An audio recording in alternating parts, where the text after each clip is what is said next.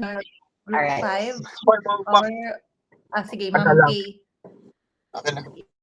Na lang po, Ma'am Cruz. Ayun. So All our proposal is performance management and its impact on the profitability of SMEs in Davao City, basis for an enhancement program. So next slide, please. Ma'am Kay. Okay. Can you hear me now? Yes, ma'am. Narinig mo, no? Okay, all right, okay. So SME's most important concern is maximizing profitability. Actually, it's the reason for SMEs or any business. Effective and efficient employee performance positively influence organizational performance. And SMEs create jobs and employment and drives economic growth. Objectives of the study are to determine the effectiveness of implementing performance management in SMEs, which means that we will be looking for SMEs who already have performance management in place because we want to look at the correlation of it with their profitability as a basis for our enhancement program.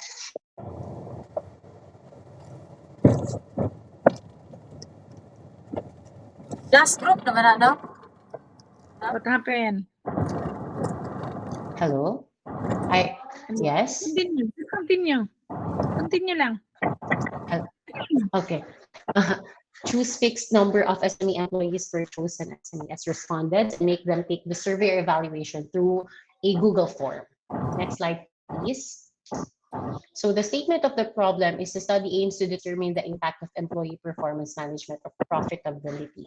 So it's to answer the following questions, like what is the profile of SMEs in Davao City in terms of the industry or the nature of business, annual revenue, and the organization size, and what is the status of performance management among SMEs in Davao City in terms of employee motivation, job designs and descriptions, management styles, the working conditions. What is the level of profitability in terms of net profit and organization size? And based on the results of the study, what enhancement programs can we give to them for more profitability?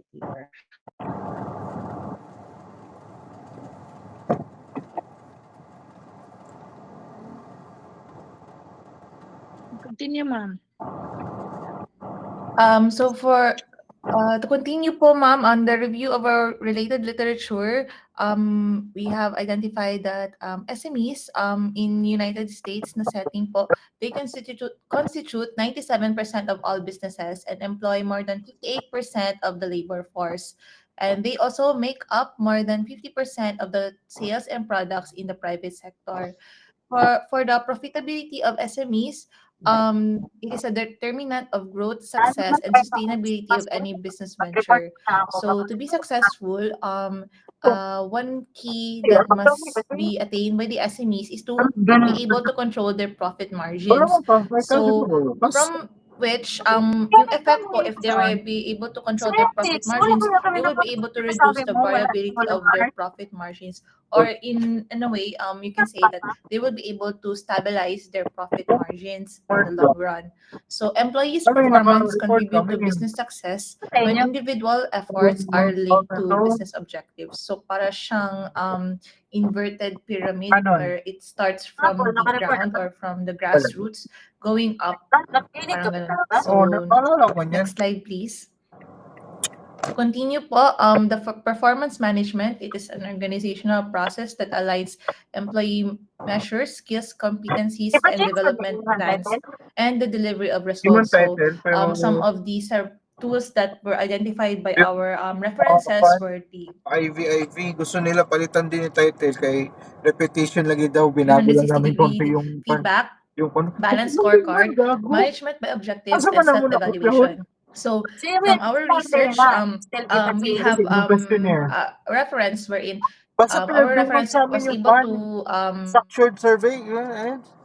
cite 4 indicators of employee performance management, which are employee motivation, job design, management style, and working conditions.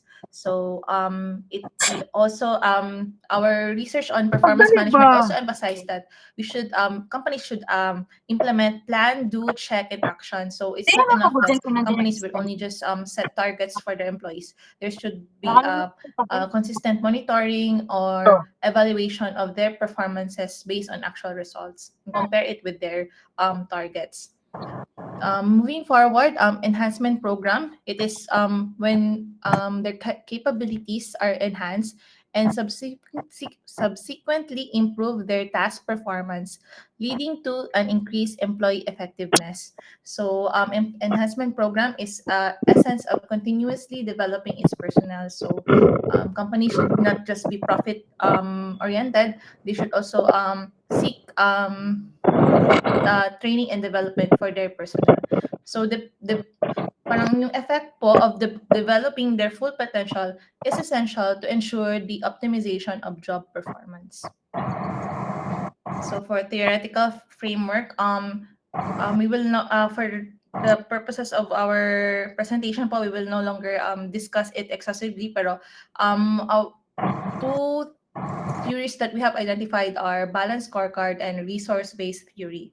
So for the conceptual framework, we have identified two dependent variable, which are performance management and profitability.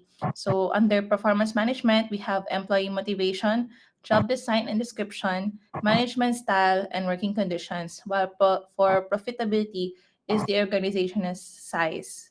So the independent variable is the enhancement program. Next slide, please. So for our second chapter, the methodology, our research design is also like everyone else. It is a quantitative research design employing a descriptive correlational approach.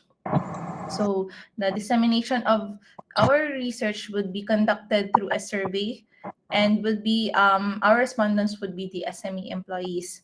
So our research local, we chose SMEs specifically in the health and wellness industry.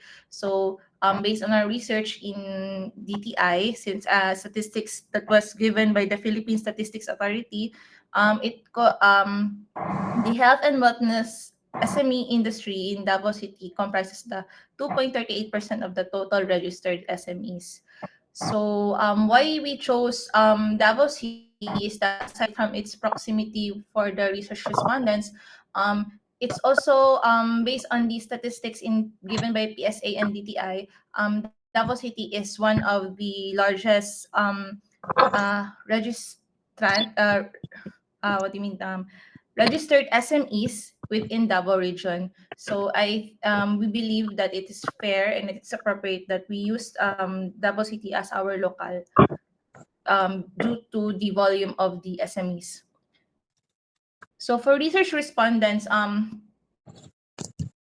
what we did is that we set a criteria first for the SMEs. So we chose an SME that is already operating for more than a year, so that we can ensure that yung profits po nila is stable na, yung meron na silang established market share in their business.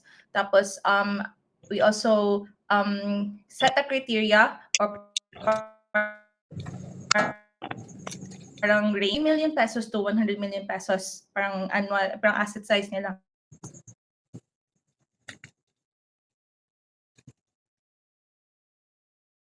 sa micro enterprises. Then anything above 100 million is not is also excluded kasi large enterprises na siya. So between 3 million to 100 million is considered as SME.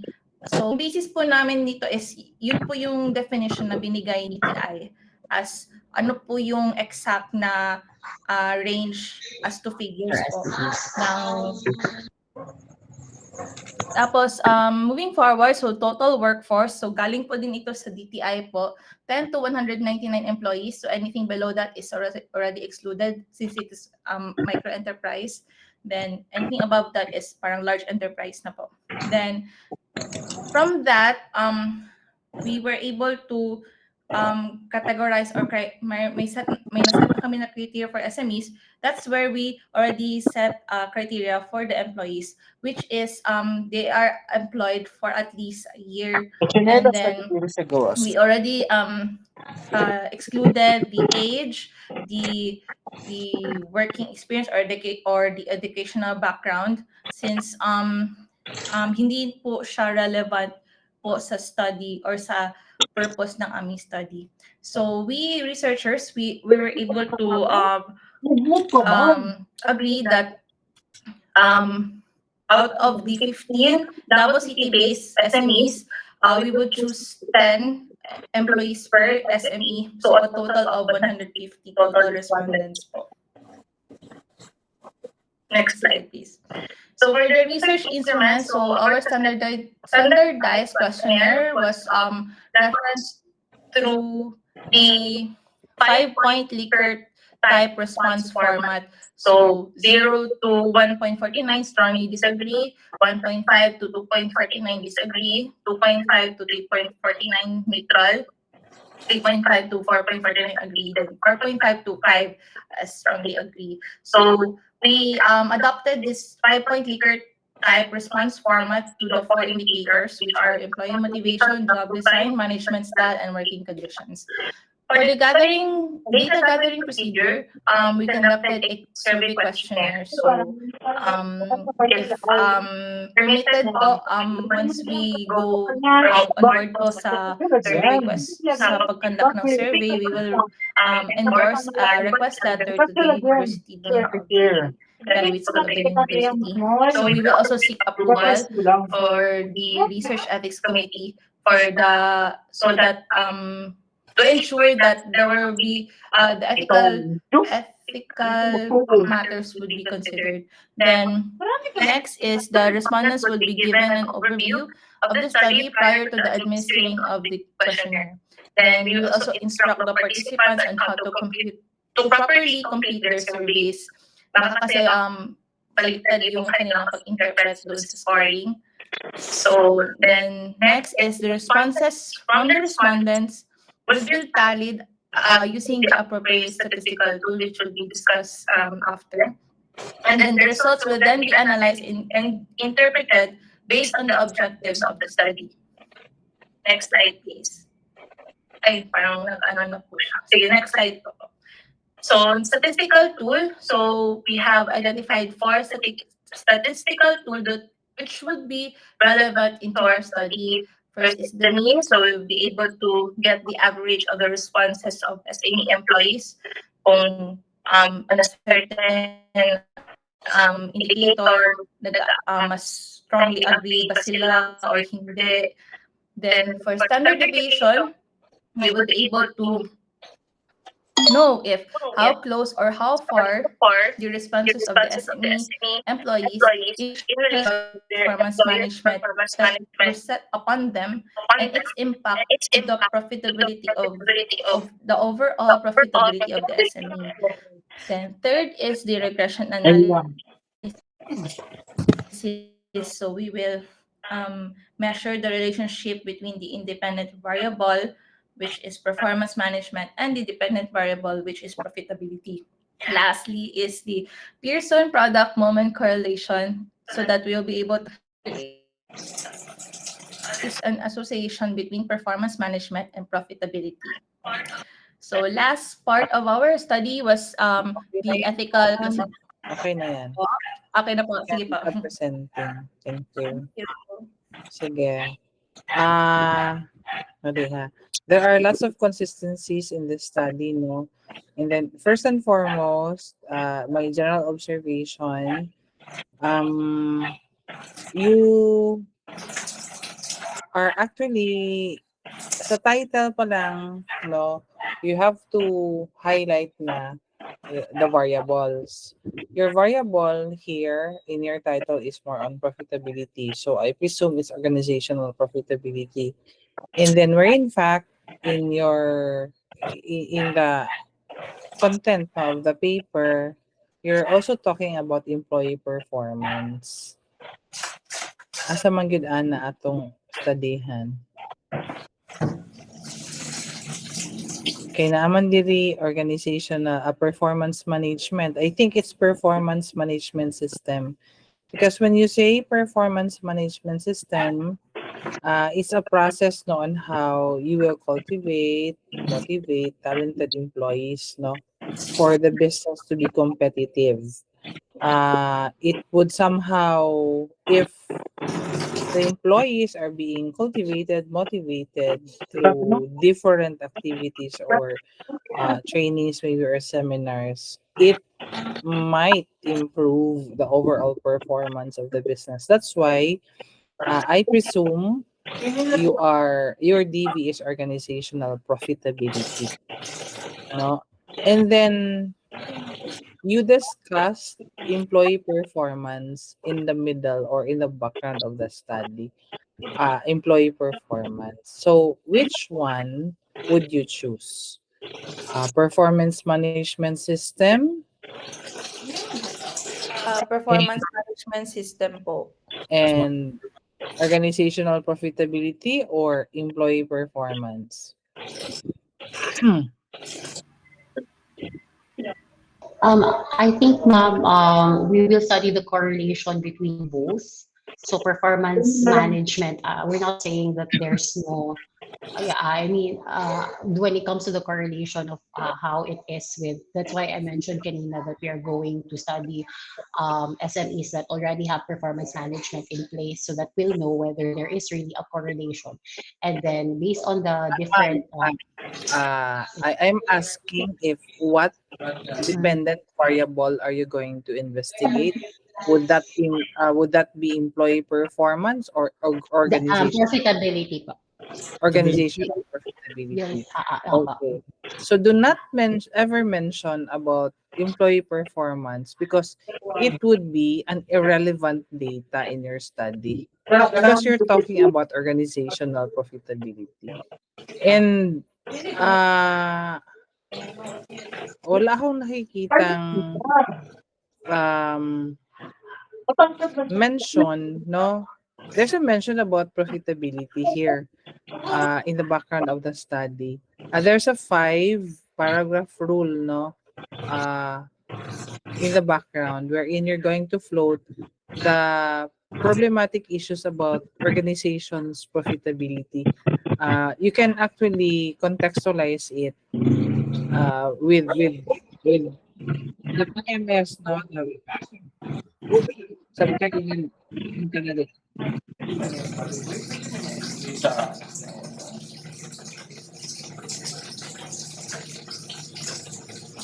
SMEs kayo, di ba? SMEs? Yes, ma'am. Yes, ma'am. Is what are the problematic issues affecting kadali ha?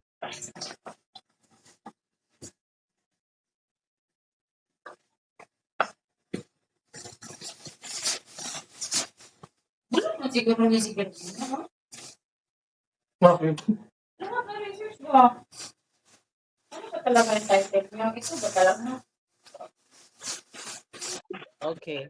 Sige. What are the problematic issues no of SMEs when it comes to their profitability? Are there issues, problems? And what are those specific problems affecting their profitability? Yung ganoon ang first paragraph. You may cite an international scenario and you have to localize it. Why? Localizing the problematic issue would you can relate to that because we are locals. Kasi sa international scenario, they have different culture. Okay? So that's it. Ako na lang i-cover si Doc Noval.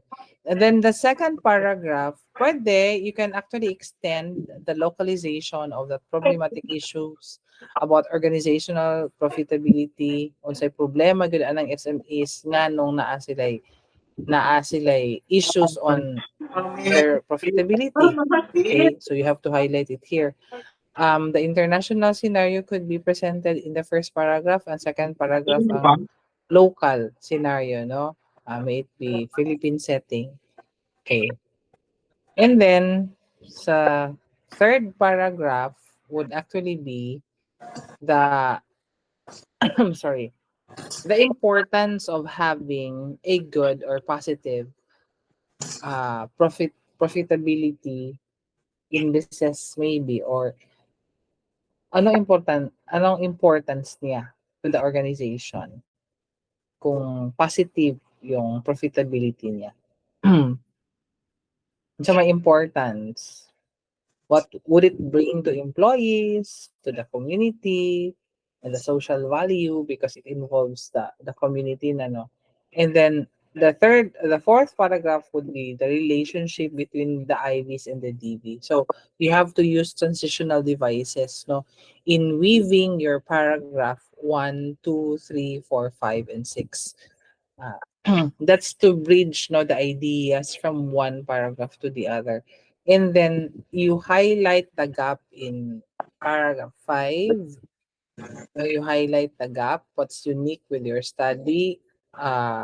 You may use the design as its uniqueness, or you may use the respondents, or you may use the local. Okay, or you there's a dearth of researches locally about this study, right? And then your dissemination plan, where to share your researches or your study, I'm sorry, your research. Are you going to publish it in international journal, locally, present it, or share? You have to share it to the selected SMEs, okay, which you consider as your respondents. And then sa statement of the problem, if you're not going to um, establish the significant difference, wala ng profile. Pwede siguro, you may use the profile so that you will know, pero unsay what industry they're in. Pero ano naman, purposively man SMEs, pero concrete no, specific industry unsa man siya. Unsang SME? Health and wellness. Health and wellness. So you don't need the profile anymore. Identified naman siya. Okay? Para diretso na sa correlation, wala siya significant difference. So, ang SOP1 ninyo is what is the level of performance management system among health and wellness SMEs in Davao City in terms of ang inyuhang survey questionnaire, it does not show any indicators. Wala. Wala na ako makita ni employee motivation. Asa man ninyo ninakitaan? Is this chop-chop coming from other studies, or you call this out from the same reference? Verbatim. Kinahanglan ba verbatim kay we cannot change what the other authors have already published. I-copy yun na ninyo og unsay ilahang gigamit nga terms dito. Okay? Sige, I will approve on the performance management system being regressed to organizational profitability. Dili na lang ta mag-add og another variable. And then what is the level of profitability, no? Pwede man siya ang first is what is the extent of performance management system among health and wellness SMEs in Davao City in terms of siguraduha kaning inyong indicator tama ni siya. And then what is the level of the term being used in researches, organizational performance or organizational profitability. Magpili mo ana ha. And then sa I'm sorry, sa background of the study, do not mention any variable. Kana lang yung duha. Noted, ma'am. Be consistent. Do not include any irrelevant information because it's not being tested in your study. Kanang variable na gud na sa inyong title. Okay? And then, no intervention program, because if you will say intervention program, you will just investigate one case.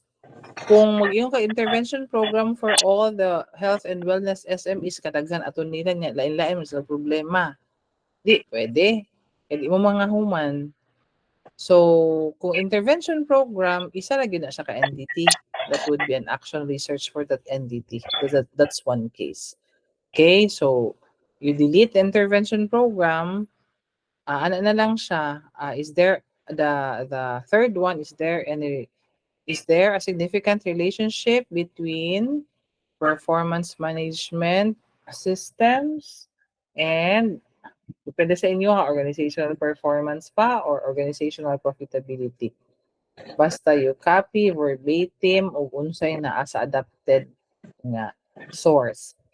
And then which among the dimensions of performance management systems determine the organizational performance of health and wellness SMEs in Davao City. Nga na.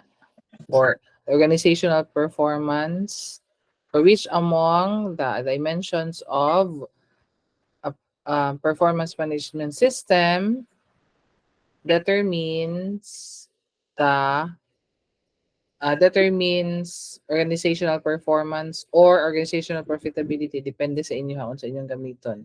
Okay, basta as I've said, you follow the terms being used in your adapted survey questionnaire. Okay? Noted, ma'am. Thank you, ma'am.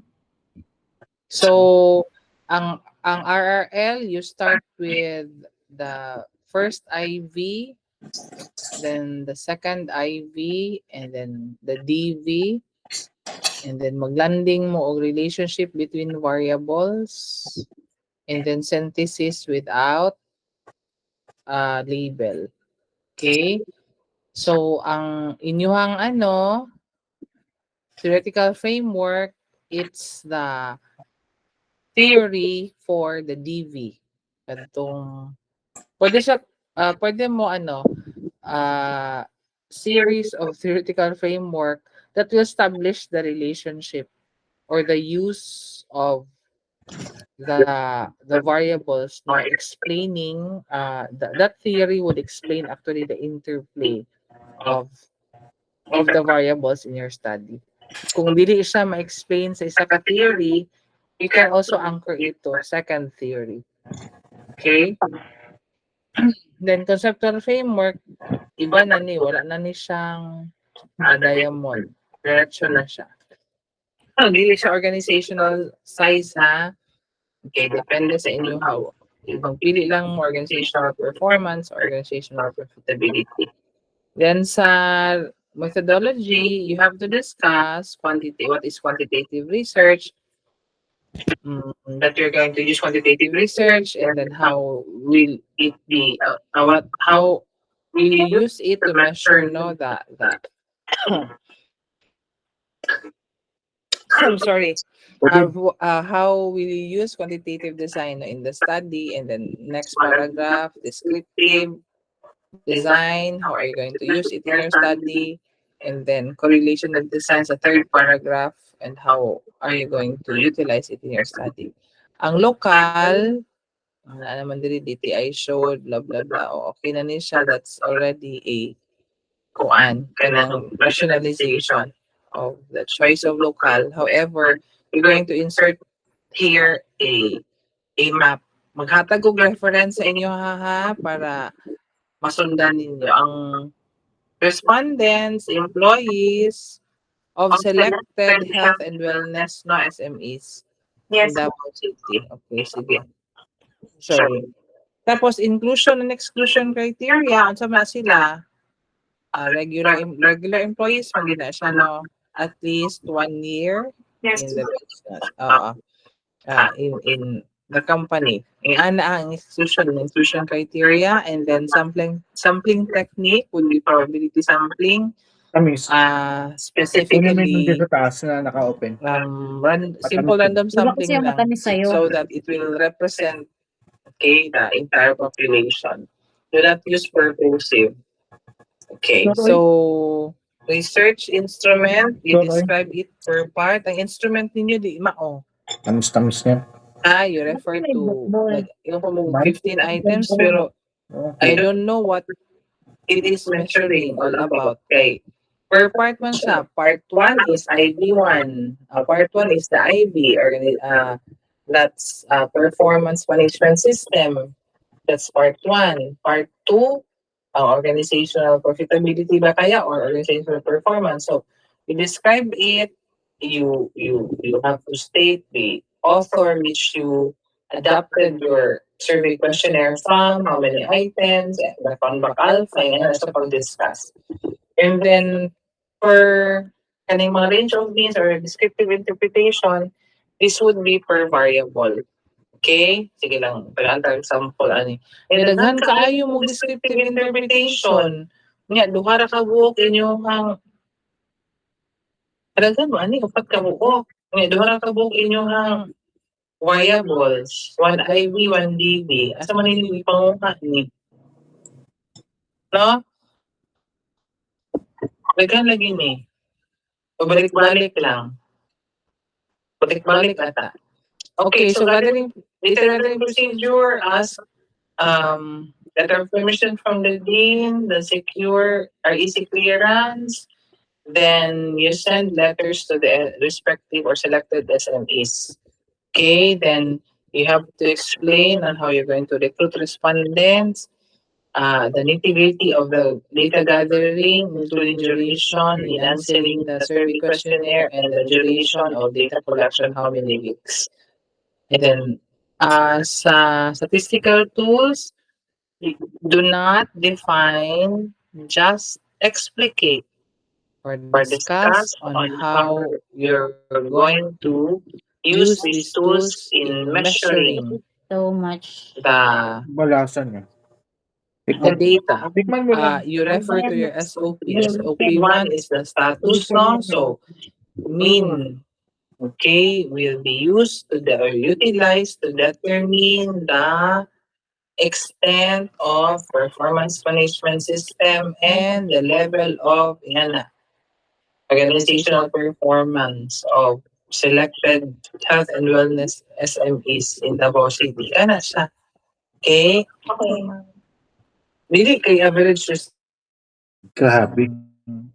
Tinutin mo ba? standard deviation unsay gamit ana Boy, niya lagyan yung ang ano ba? regression unsa may i-determine ang una ang Pearson R ha niya after regression. Oy, ipaalala mo sa akin. Okay. Dito idaan sa office. Ganto. Dili take mission. Basta I'll provide Unsay gamit an mali ang inyong survey questionnaire. Walay references. Asa ang references? Ana di ay. Okay, pero gamay ra diri. You have to make an inventory of your references, no? The total of those cited authors will also be the same total of your references. Questions. una ang Pearson R ha Ay, payment na ako. niya after regression. Pakyaw na gud Okay. ako. Asan ako i-send? Asan ako i-send ang ano? Pakyaw na nila. Hindi balik ninyo Asan ako i-send? Okay. Walay references. Ata references. Ana di ay. Reference. Kay Sa Delegate mo. sino? Torigosa? Torigosa. Okay, pero gamay ra diri. Wala na yung pangutana. Gina-absorb pa You na have siya to make actually, an ma'am. inventory of your references, no? So Sige dapat lang. yung makita miglaing survey questionnaire, ma'am? Or or Dili okay. mo auto imong survey questionnaire. Ipakyaw na gud lang. Tanawa gud niya Asan ako ko i-send? i-provide ninyo. Asan ako Pero i-send? naman Ano? siya survey question nagipangita man ako dili. Okay. Tanawa gud niya akong reference ihatag sa inyo ha. Plastado. Okay, ma'am. Nag-post ko email na ko, ma'am, sa diri sa message. Ay na dili man Okay, search man ako. Tanawa daw sa imong hangouts. Gi-chat na ako, wala na ako gi-email ha sa chat tanawa. Okay, ma'am.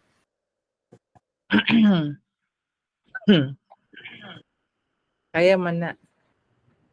Nakita na. Ma'am, question. Pwede lang isa lang mong DB og among independent variable, ma'am. Dili gyud necessary na marag duha ka independent Actually, variable. duha gyud na siya unta. To sige na lang mosugot na lang kog isa. Isa ka IV, isa ka DV, pero i-regress ninyo ang dimension sa IV to the DV. Noted, ma'am. Thank you. Sige. Any other questions? Sugot na lang kung isa. Wala na? None so far. Okay, katulugon na. Anyway, thank you very much. Congratulations. Thank you so Thank you, ma'am. Thank you so much, ma'am. So much, Doc Jane. Okay, okay. Thank Thank you.